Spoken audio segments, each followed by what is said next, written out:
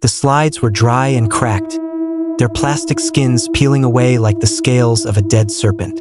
This place had once been a cathedral of laughter and chlorinated joy, but now, the sun-drenched water park was nothing more than a graveyard of faded fiberglass and sun-bleached concrete. I explored the old wave pool, my footsteps echoing with a hollow sound that traveled too far in the stagnant air.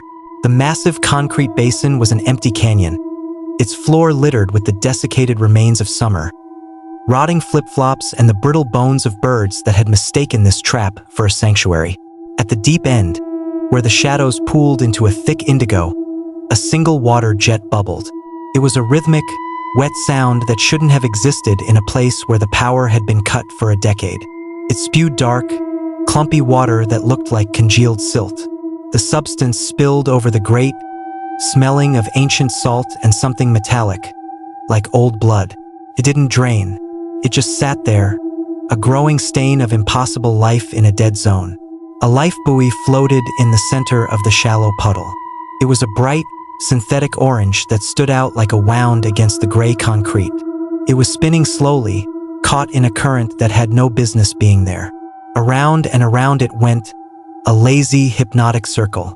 As I watched, the air grew cold, and the smell of stagnant ocean filled my lungs. Then the rhythm changed. The jet sputtered, then roared with violent pressure. An invisible force reached up from the grate. The lifebuoy didn't just sink. It was pulled straight down as if something with immense strength had grabbed it from below. 1 second it was there, and the next it was gone with a wet, bone-snapping crack. I stood frozen, my heart hammering against my ribs. The jet went silent. The dark liquid began to recede, flowing back into the pipe with a sickening, slurping sound. I turned to run, but my feet felt heavy, as if the very concrete had turned into wet clay. I looked down. My shadow was gone. The sun was still high, casting a harsh light over the ruins, but the dark patch beneath my feet was no longer an absence of light. It was a physical thing.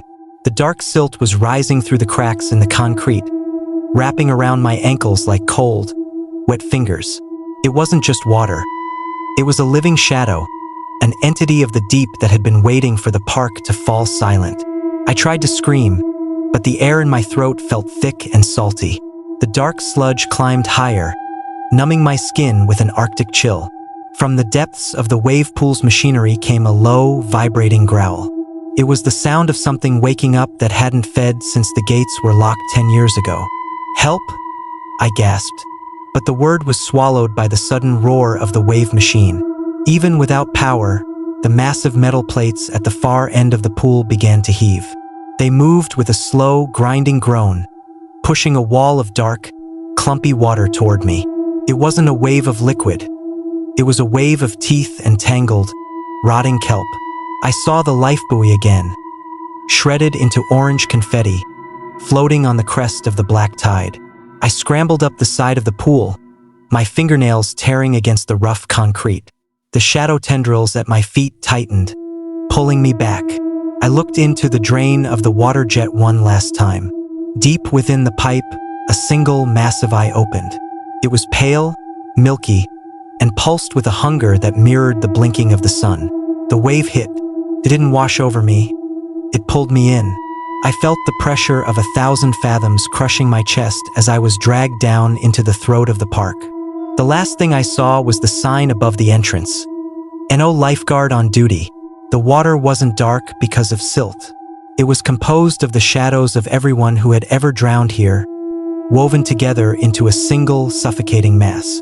And now my shadow would join them, spinning slowly in the center of the pool, waiting for the next curious soul to walk among the cracked slides.